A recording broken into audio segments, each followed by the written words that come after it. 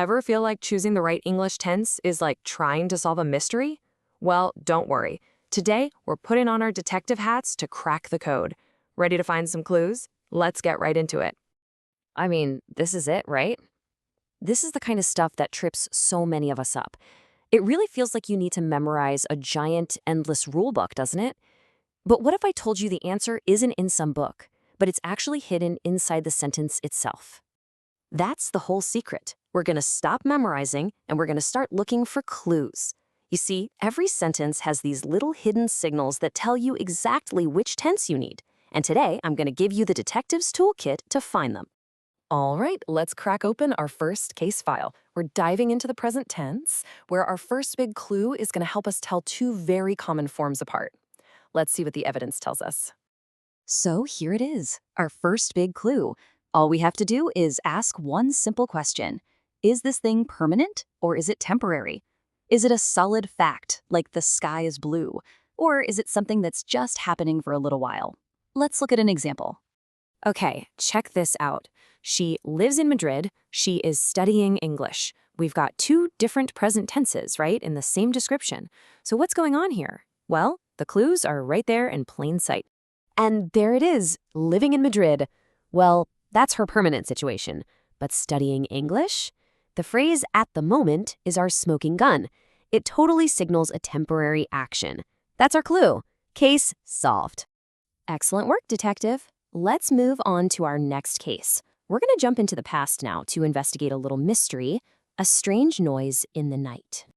Now, this next clue is all about telling a good story. Think of it like a movie, you know?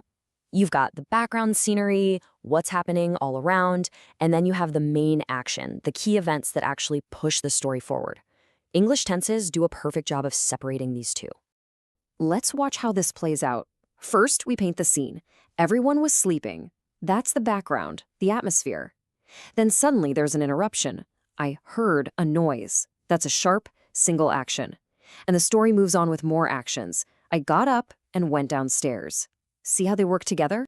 So just remember, you use the past continuous to paint that background picture, and you use the past simple for the key actions that really drive the plot.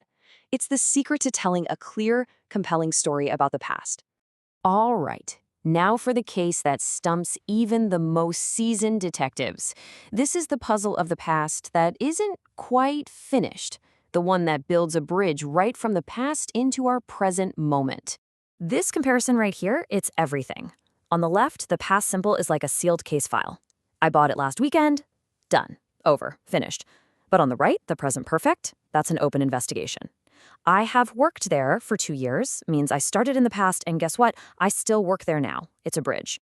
So here it is, the number one question you've got to ask yourself. Do you see a specific finished time marker? Words like yesterday or last week or in 1999?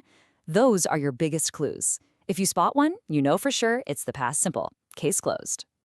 Okay, detective, you've learned the 3 main clues. It's time to put those skills to the test with a real-world piece of evidence. A slightly flawed job application letter. All right, here's the first line of evidence.